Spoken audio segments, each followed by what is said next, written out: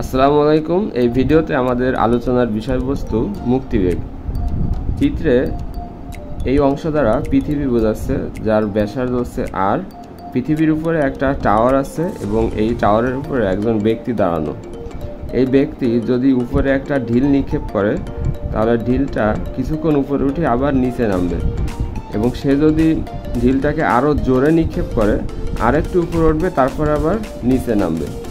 এখন এই ব্যক্তি ঢিলটা যে বেগে নিক্ষেপ করলে ঢিলটা আর পৃথিবীতে ফিরে আসবে না, অর্থাৎ অসীম দূরত্বে, ইনফিনিটি দূরত্বে অবস্থান করবে, সেই বেগটাকে আমরা বলতেছি মুক্তিবেগ। আর পৃথিবীর ক্ষেত্রে সেই মুক্তিবেগের যে মানটা, সেটা হচ্ছে 11.2 কিলোমিটার পার সেকেন্ড। অর্থাৎ পৃথিবী থেকে এই বেগে কোনো বস্তু যদি উপরে নিক্ষেপ করা হয়, তাহলে সেই বস্তুটা আর পৃথিবীতে ফিরে আসবে না। পৃথিবীর মুক্তিবেগ যে 11.2, এটা নির্ণয় করার জন্য আমাদের কোনো এক্সপেরিমেন্ট চালানোর প্রয়োজন নেই। শুধুমাত্র ইন্টিগ্রেশনের মাধ্যমে, অর্থাৎ অঙ্কের শক্তি দ্বারা এটা বোঝা সম্ভব যে পৃথিবীর মুক্তিবেগ 11.2 কিলোমিটার পার সেকেন্ড। তো প্রথমে এক্ষেত্রে আমাদের যা করতে হবে, এই সূত্রটা আমরা লিখলাম DW = FDR, অর্থাৎ কাজ সমান আমরা সবাই জানি বল গুণ সরণ।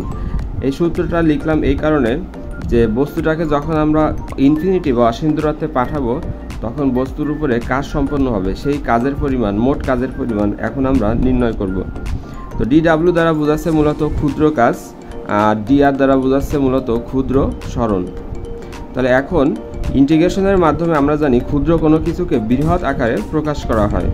তাহলে DWকে যদি আমরা ইন্টিগ্রেশন করি, তাহলে আমরা মোট কাজ পাবো, অর্থাৎ বস্তুটাকে অসীম দূরত্বে পাঠাতে গেলে কি পরিমাণ কাজ করতে হবে সেটা আমরা নির্ণয় করতে পারবো যদি আমরা ইন্টিগ্রেশন করি, উভয়পক্ষে ইন্টিগ্রেশন করি। তো DWকে ইন্টিগ্রেশন করলে হবে মোট কাজ, যাকে আমরা W দ্বারা প্রকাশ করলাম। এই ক্ষেত্রে F দ্বারা বোঝাচ্ছে বল, অর্থাৎ এই বস্তুর ভর ছোট হাতের M এবং পৃথিবীর ভর হচ্ছে ক্যাপিটাল M। তাহলে এই বস্তু এবং পৃথিবীর ভিতরে যে আকর্ষণ বল কাজ করে, সেটাই হচ্ছে F। তাহলে এদের ক্ষেত্রে যে আকর্ষণ বলটা কাজ করে, সেই আকর্ষণ বলটাকে আমরা বলি অভিকর্ষ বল। তো অভিকর্ষ বল নির্ণয় করার যে সূত্র, সেটা হচ্ছে G(m)(r²)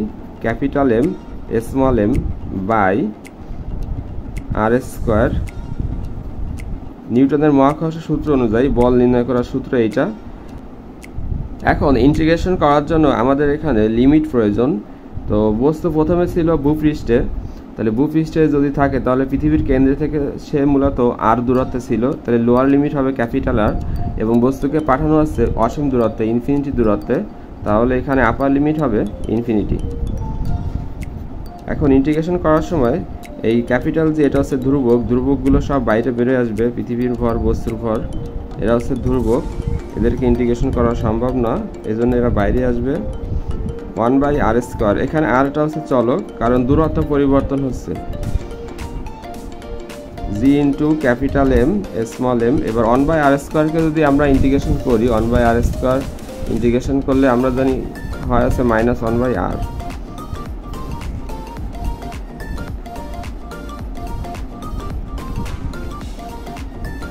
এখন ইন্টিগ্রেশনের ফর্মুলা অনুযায়ী এই মাইনাসটা আমরা বাইরে বের করে আনলাম।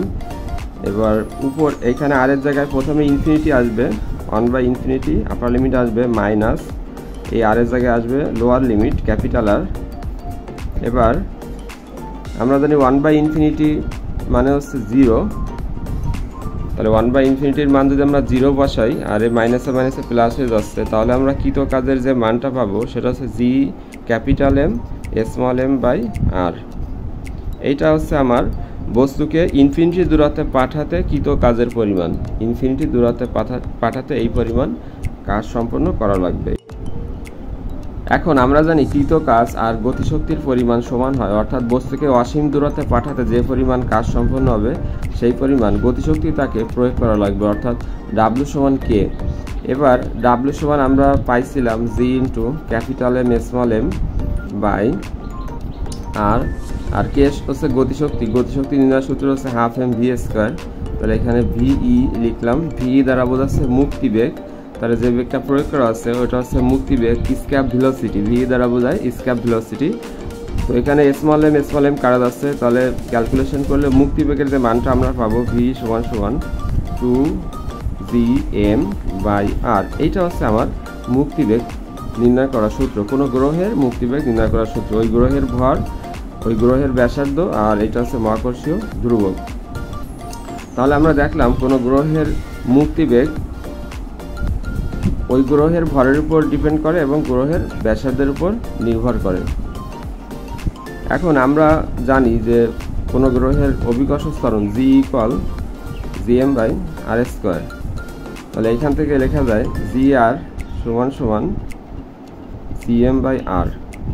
এখন এই gm/r এর মান যদি আমরা এখানে বসাই তাহলে আমরা কি পাচ্ছি, 2gr পাচ্ছি, 2gr। এইবার আমরা জি এর যে মানটা সেটা বসালাম 9.8, আর আর এর যে মানটা, আর হচ্ছে ব্যাসার্ধ, সেটা হচ্ছে 6.4 × 10⁶ মানটা বসালাম।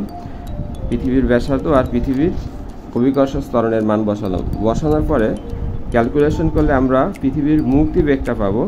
সেই পৃথিবীর মুক্তিবেগটা হবে 11.2 km/s। এইটা আসবে ক্যালকুলেশন করার পরে, অর্থাৎ পৃথিবীর যে মুক্তিবেগ সেটা আমরা পাবো 11.2 km/s। তাহলে এক্ষেত্রে দেখলাম আমরা কোনো গ্রহের মুক্তিবেগ নির্ণয় করার মূলত দুইটা সূত্র, একটা আছে 2gr আর একটা আছে 2gm/r। তো এক্ষেত্রে আমরা যা দেখলাম তা হচ্ছে ইন্টিগ্রেশনের মাধ্যমে খুব সহজেই কোনো গ্রহের মুক্তিবেগ নির্ণয় করা যায়, কোনো প্রকার এক্সপেরিমেন্ট ছাড়াই।